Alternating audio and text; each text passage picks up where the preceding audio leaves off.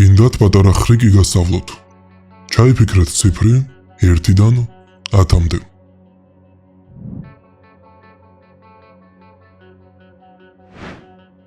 თქვენი ჩაფიქრებული ციფრია 7.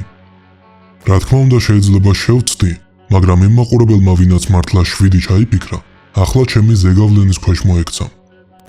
ეს ხრიკი თავიდანვე იმ ადამიანებზე იყო გათვლილი, ვინც შემთხვევით აირჩევდა 7-ს. დანარჩენები უბრალოდ ჩასქროლავდნენ, მაგრამ ყოველი 1000 მაყურებლიდან სავარაუდოდ შემრჩებოდა 100 ეფექტის ქვეშ მომხდარი ერთეული. ამ ხრიკს ხშირად იყენებენ ეზოთერიკოსები, მაგალითად ის უმკითხავებს 100 ადამიანს და მათ შორის აუცილებლად იქნება რამდენიმე ადამიანი, ვისი წინასწარმეტყველებაც დაემთხვევა. სხვები წავლენ, ის რამდენიმე კი დარჩებიან და დიდხანს მოიწოლებიან ესეთი მაგიური მეთოდით.